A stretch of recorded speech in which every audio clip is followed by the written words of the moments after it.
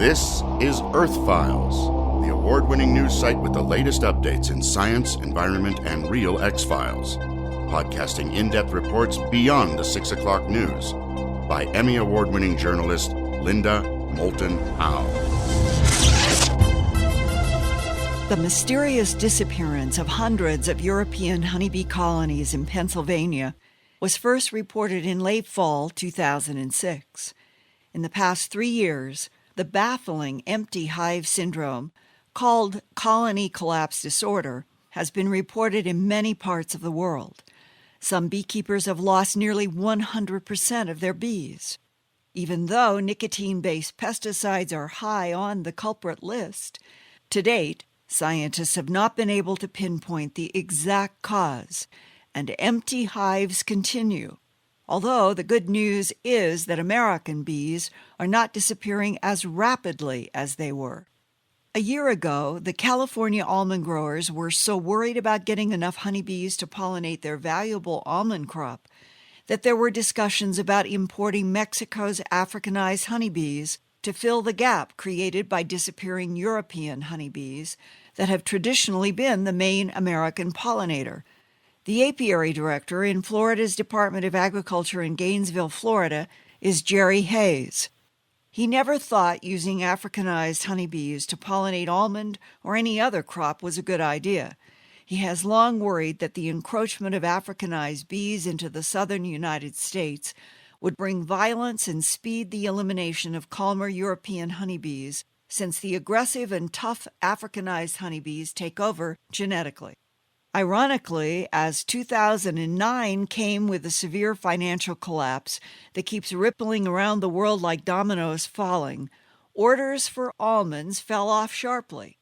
Now, almond growers are desperate to save money in a declining market and have even plowed under almond acreages.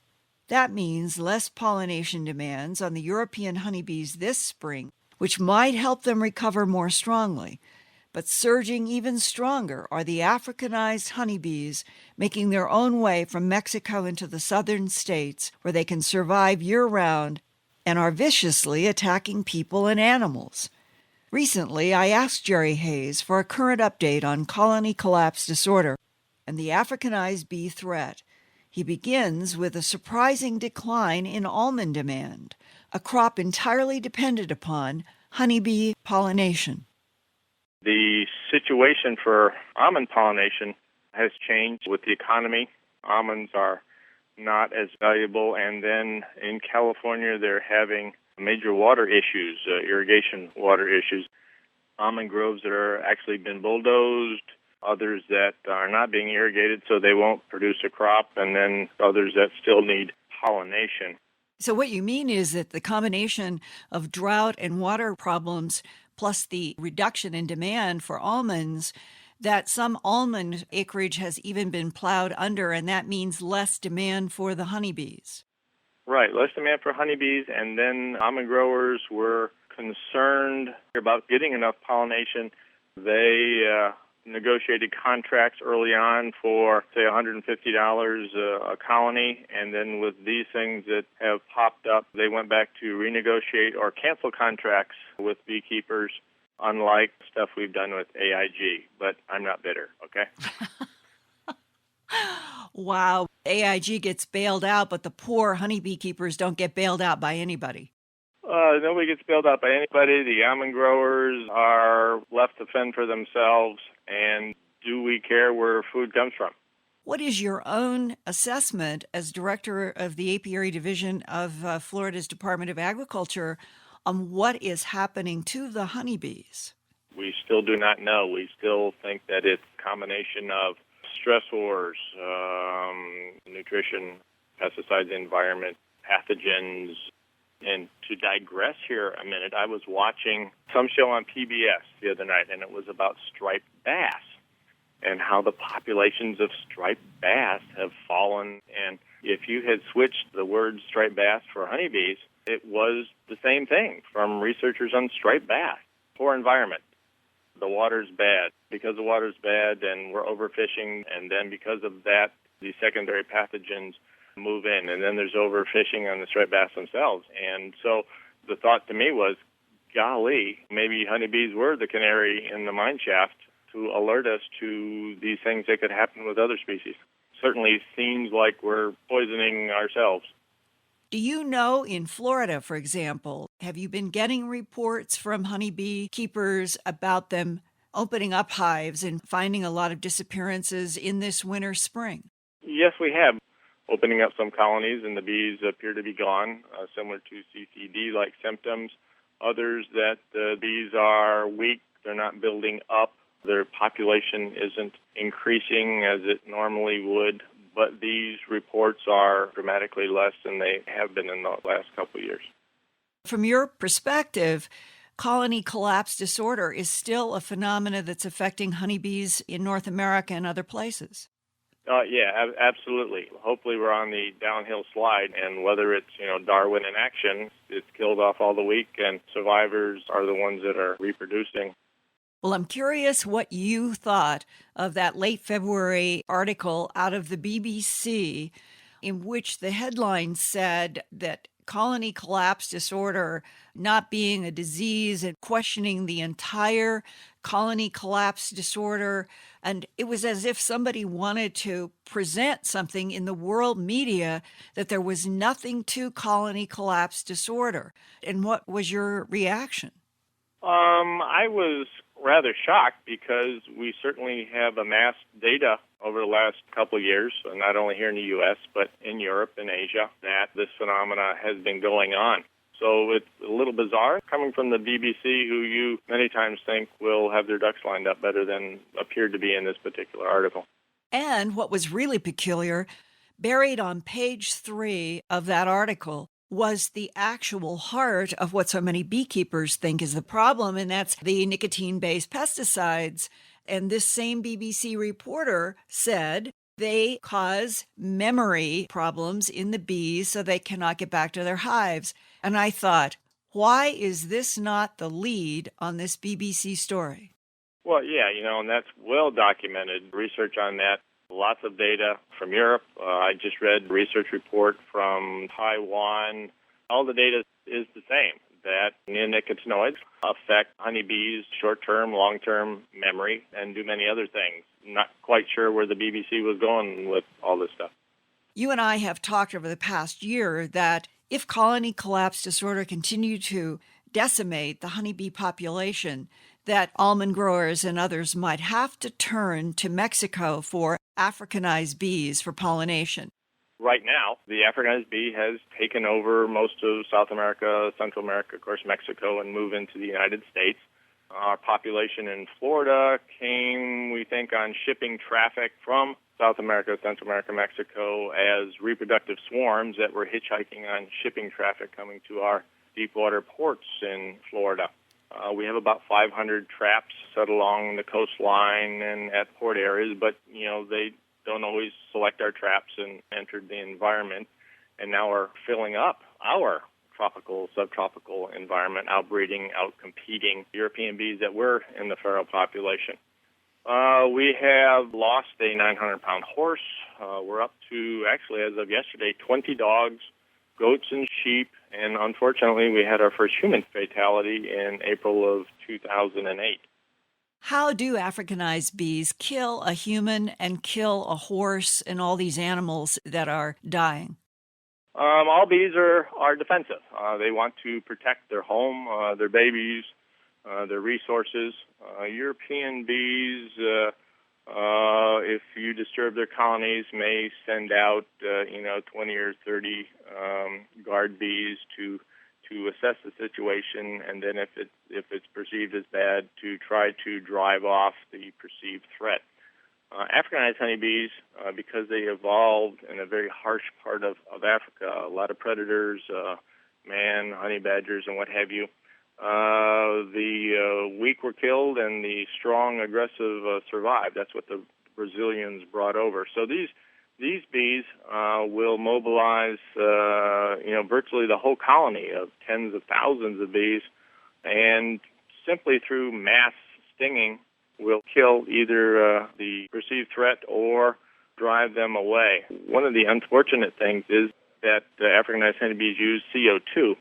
So they will fly up the CO2 plume that, an animal or a person is exhaling, or when they're screaming, and go up your nose and your mouth and sting as they go down, causing, very quick swelling. And so most of the deaths are not by venom, by asphyxiation.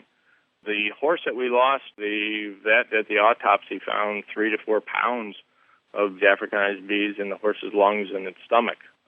So it's a pretty dramatic way to go. If I understand what you just said, that 3 to 4 pounds of Africanized bees flew up into the horse's nose and mouth because they were tracking after the exhaled CO2? Yes, ma'am.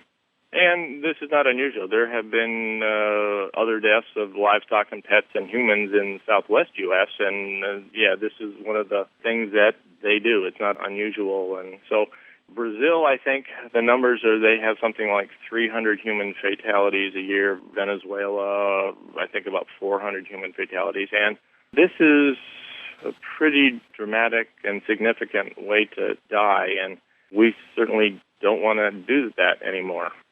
And that the Africanized bee will target CO2 being exhaled from whatever it is attacking to go right for the CO2 and into the animal or human. Yeah, or human, yeah.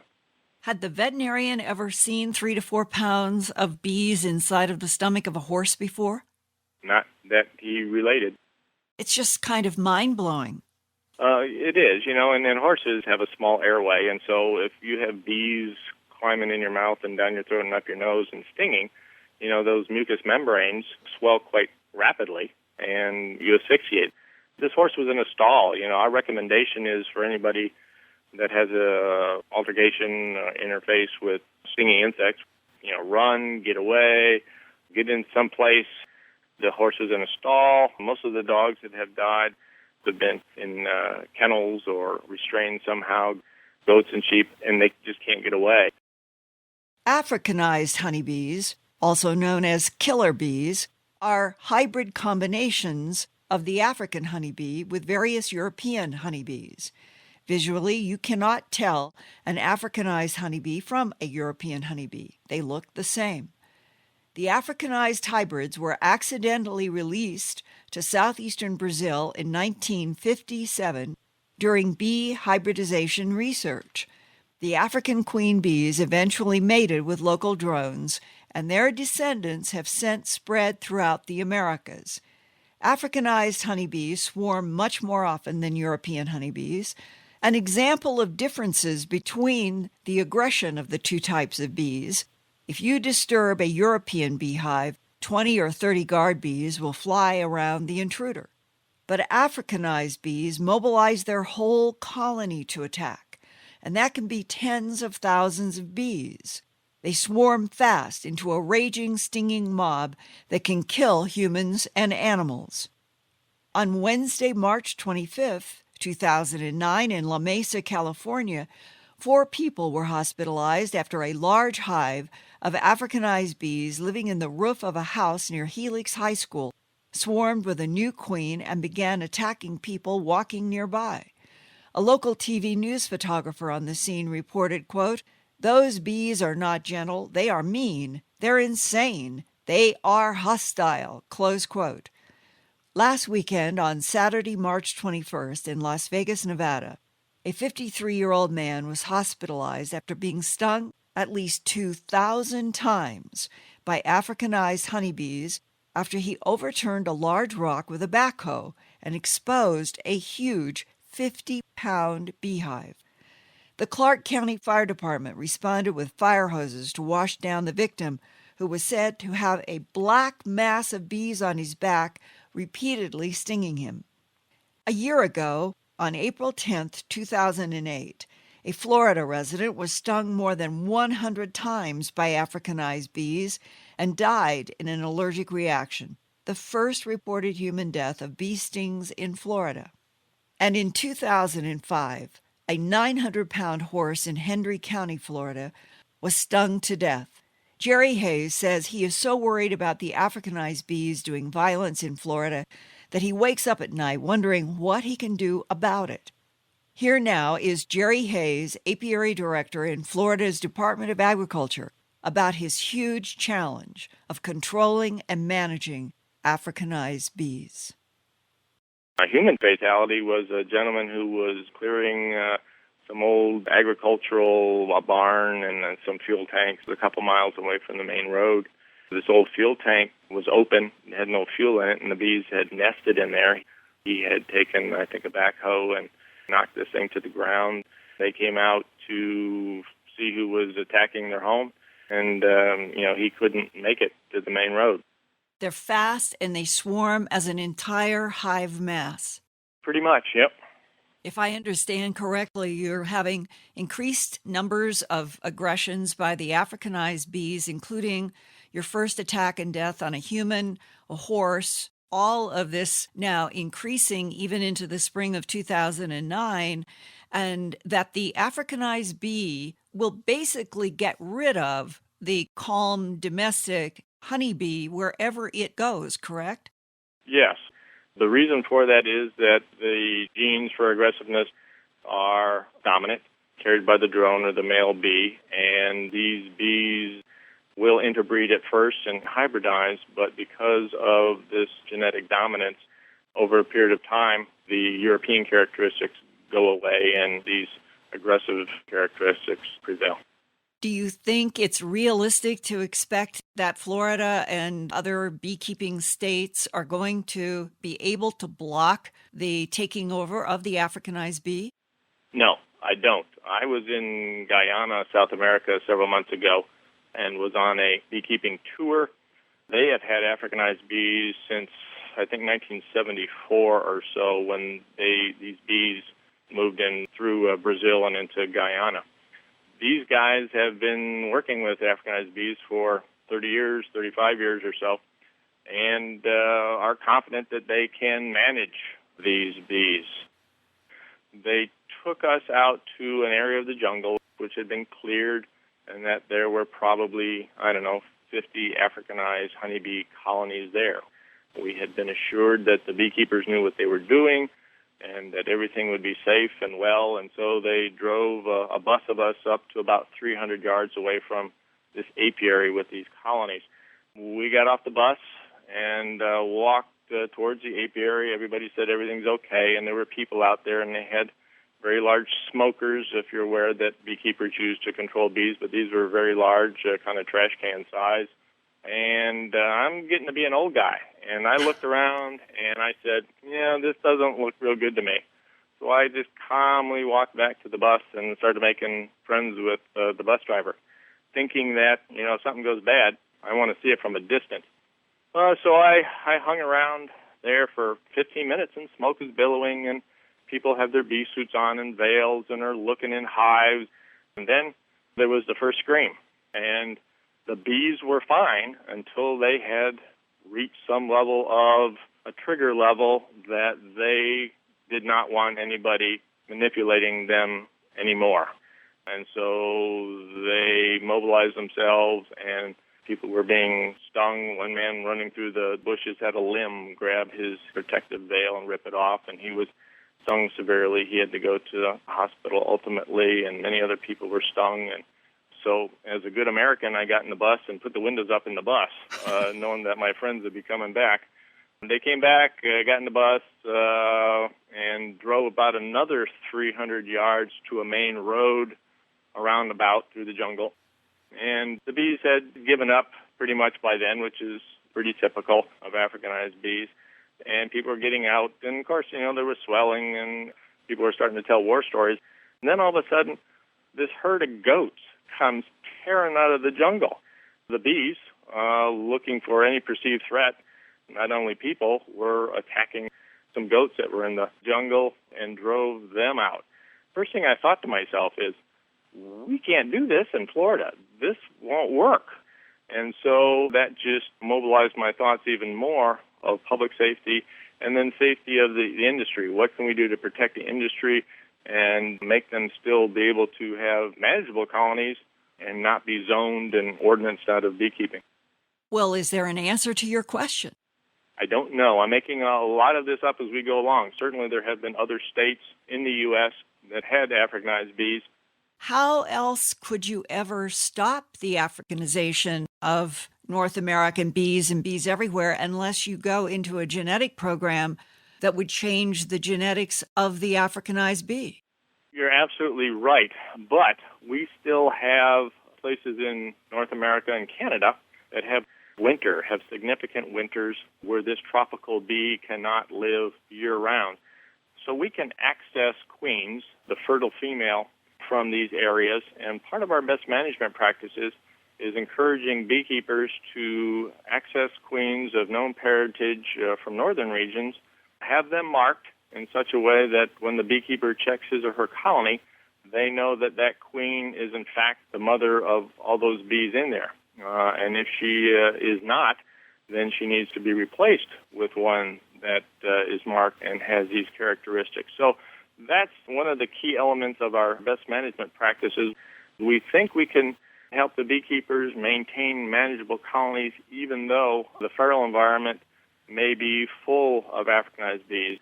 And so this is why it's important for beekeepers to be thought of as part of the solution, because these manageable colonies will pull out also drones that will mate with Africanized queens. Will it stop the aggressiveness and defensiveness? No, it won't, but it will tone it down and tame it down so that we hopefully at least will have a population that is not as defensive and is not as aggressive as pure population would be. Right. Is there a latitude in the United States above which these Africanized bees will not go because of cold? For year-round, everybody has summer, so theoretically, these bees could exist in summertime, but there's probably a line, Tennessee, North Carolina line.